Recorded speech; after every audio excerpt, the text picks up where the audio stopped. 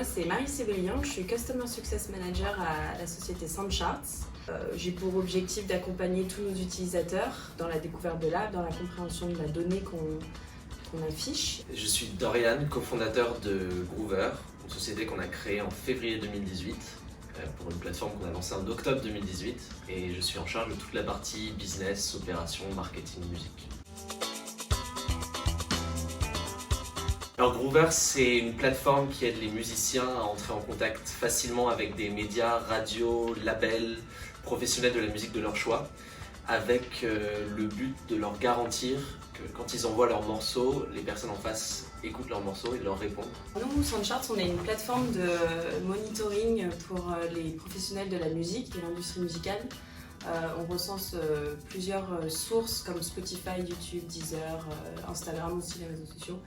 Et à travers toute notre application, vous pouvez du coup trouver les datas qui correspondent à vos besoins pour établir des décisions stratégiques un peu plus rapides et aussi adapter peut-être des stratégies de management d'artistes, de programmation de festivals ou de recherche d'artistes émergents.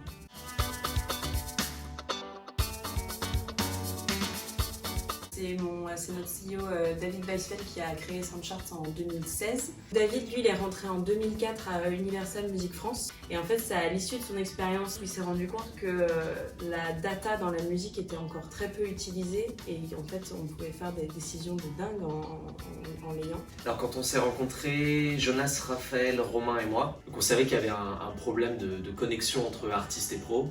On savait que les artistes galéraient. Les artistes arrivent sur la plateforme Groover, ils ont accès à une liste en fait, de médias, radios, labels, tourneurs professionnels, avec la possibilité de filtrer et de choisir vraiment qui ils veulent contacter.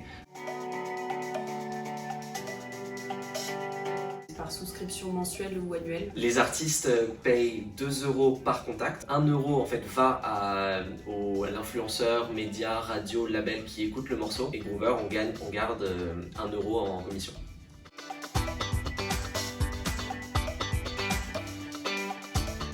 Pas vraiment. Pas pour l'instant. C'est pas pour l'instant, mais c'est vrai qu'il y a une forme de complémentarité.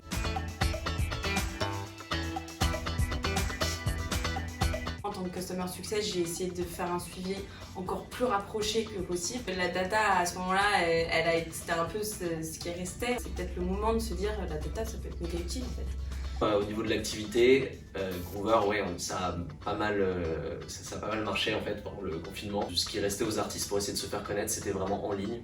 Donc en fait, tant on a eu de plus en plus de morceaux envoyés, mais on a eu aussi des statistiques d'écoute et un taux de réponse qui était stratosphérique par rapport à ce à quoi on était habitué.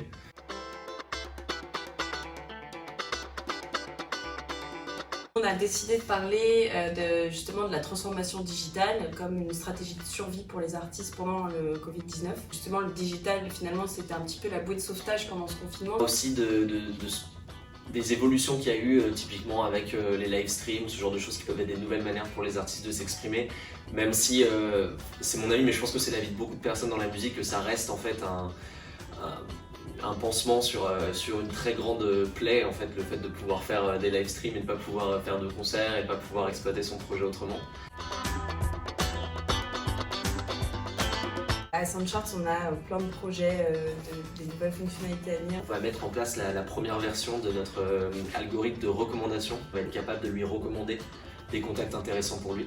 Le deuxième, c'est qu'on a commencé à s'internationaliser, paradoxalement pendant le confinement.